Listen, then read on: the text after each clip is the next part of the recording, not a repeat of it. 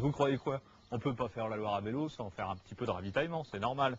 Et c'est même ce qu'il y a de bien dans la Loire à vélo, c'est qu'à travers tous les pays qu'on traverse, on peut trouver des petits commerces qui vous fournissent de quoi vous alimenter tout le long du parcours. Et certains font même des paniers pique-nique à emporter, c'est le cas ici. Et je vous lis le menu, ça a l'air plutôt bon. Pommes de terre au four, jambon de Bayonne, chips au sel de Guérande, fromage de chèvre, c'est la spécialité locale, ou encore tarte aux pommes. On est dans une région où il y a beaucoup de pommiers.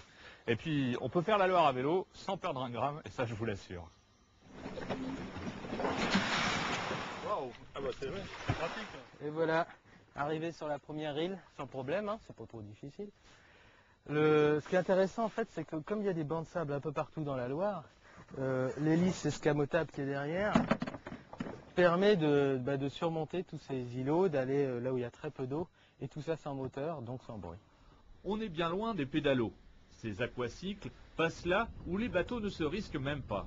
Un outil idéal pour une balade au cœur de la Loire, au milieu de ces îles et de ces bancs de sable. C'est sur ces petites îles que le castor est de retour. L'animal laisse des traces pour qui sait observer, et il n'y a pas que lui. Tiens, venez voir, par ici, approchez-vous.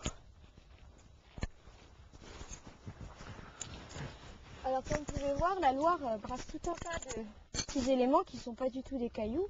Regardez, à quoi ça vous fait penser quand vous regardez Ça comme ça? On dirait que c'était tourné, ça, ouais. Voilà. C'est un bout de poterie. Voilà, c'est ça, ça n'a pas du tout été arraché au versant comme elle fait depuis l'amont. Ça, ce sont des bouts de poterie. Ou encore celui-ci, qui est de l'ardoise.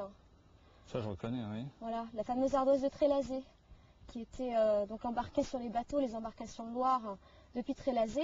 Des bateaux qui remontaient la Loire, qui transportaient tout un tas de marchandises.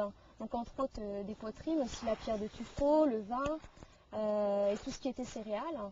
Et donc bien sûr la Loire, réputée pour être un fleuve dangereux, de temps en temps il y arrivait des accidents, des bateaux coulaient, et donc avec tout ce qui était contenu à bord, donc entre autres des ardoises, des poteries.